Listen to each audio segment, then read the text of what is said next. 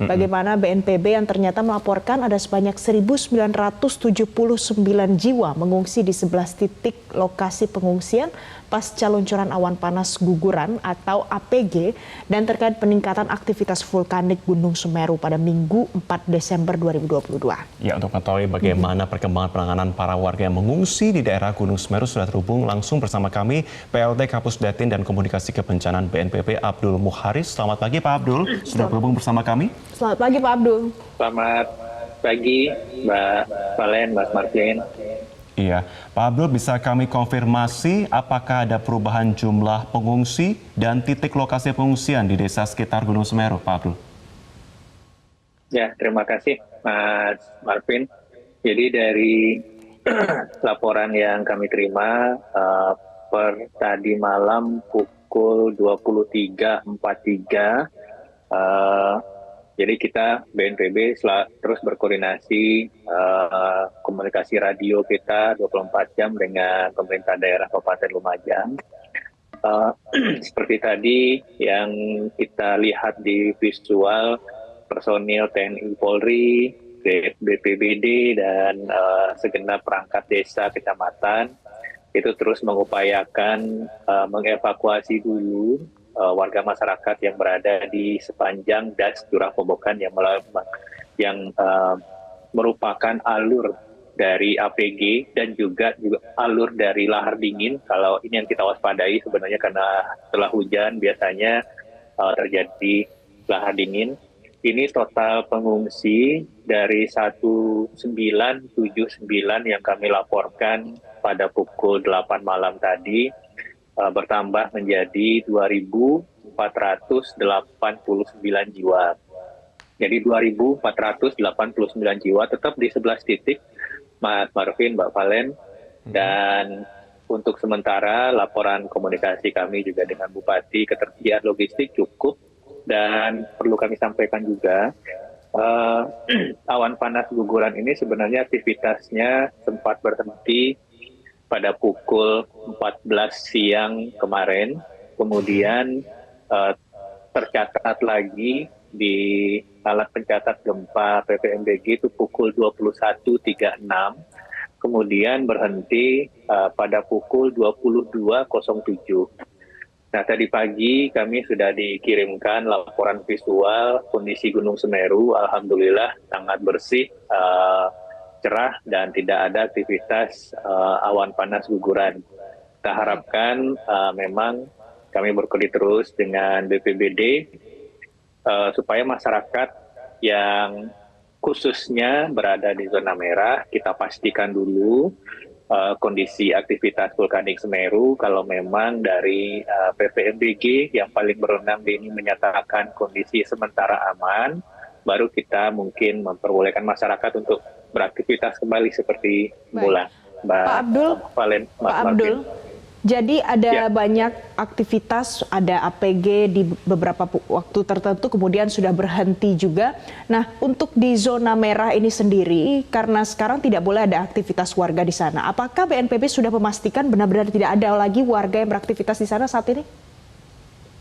Ya, di zona merah ini kalau kita perhatikan dan kita mengacu kepada SK dari Badan Geologi yang menaikkan status Gunung Api Semeru dari level 3 ke level 4, itu memang ada larangan aktivitas masyarakat sejauh radius 8 km dari puncak secara umum, kemudian sejauh 19 km secara khusus ke arah barat daya, khususnya area Curah Kobokan.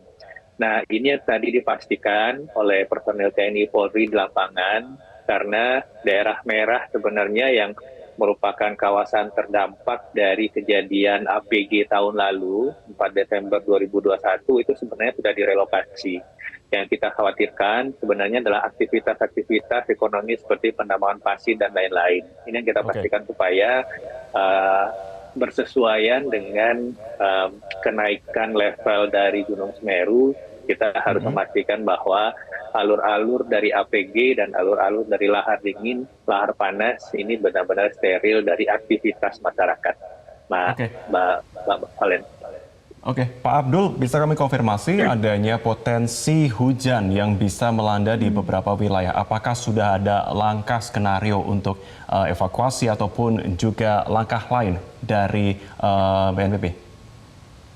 Jadi untuk alur APG itu sama dengan alur lahar dingin atau lahar panasnya. Itu satu das ya, satu aliran sungai. Jadi kalau misalkan saat ini kita sedang mengevakuasi masyarakat dari alur das dari Curah Kobokan, ini juga berarti sesuai dengan SK kenaikan level dari Gunung Api Semeru itu selain 19 kilo ke arah Curah Kobokan juga sekitar 500 meter dari das alur lahar dingin atau alur APG. Nah ini bersamaan sebenarnya, jadi daerahnya tidak berbeda kalau kita berbicara APG dan lahar dingin atau lahar panas. Jadi selama masyarakat masih kita ungsikan, ini kita menunggu memastikan apakah setelah APG ini ada aliran lahar dingin atau tidak, atau pihak terkait dalam hal ini PVMBG yang memiliki alat perangkat dan informasi pemantauan bisa menyatakan masyarakat bisa kembali ke rumah atau beraktivitas seperti biasa.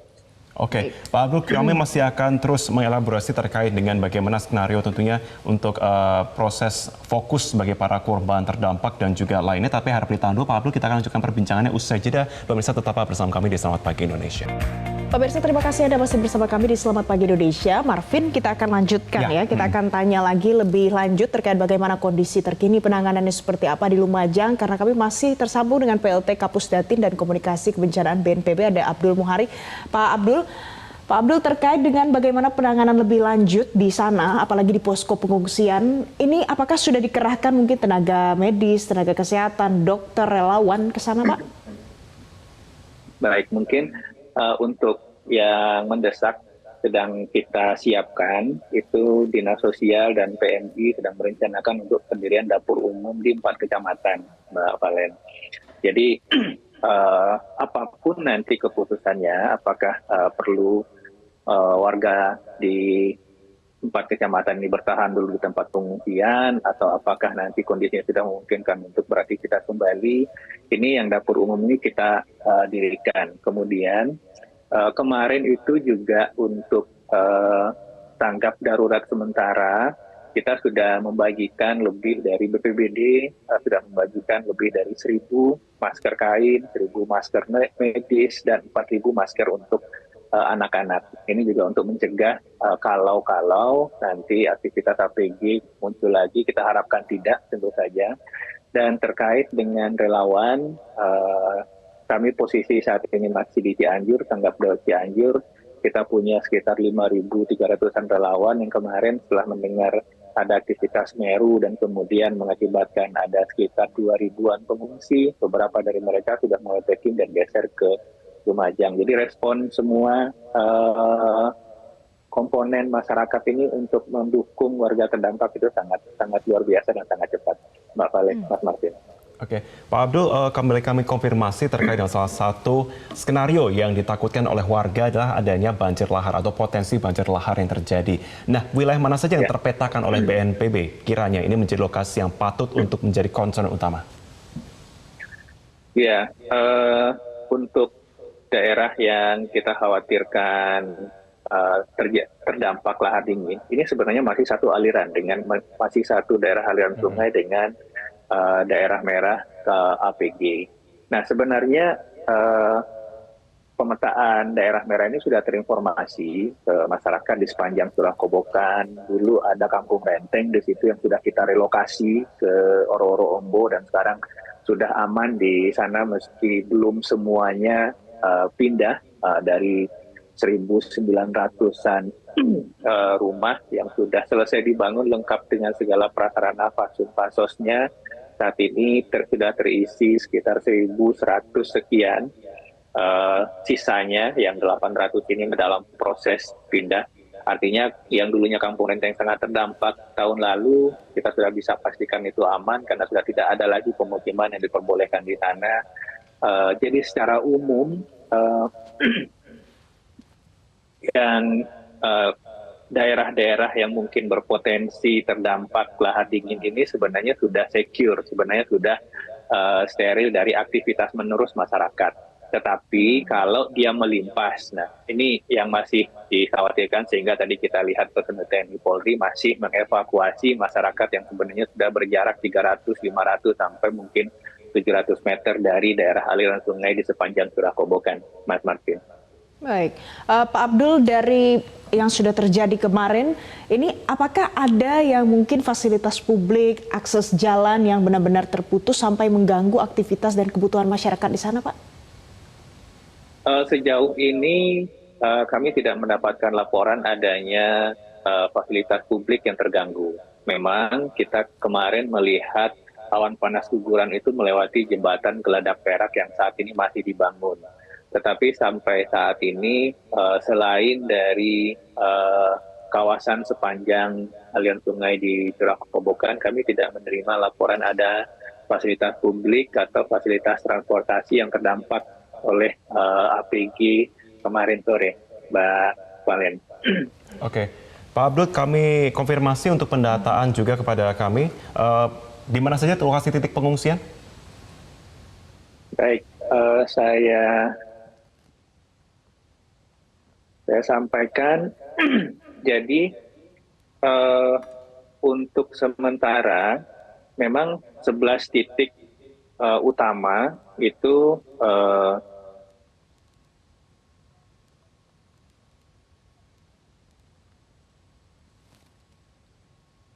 sebentar.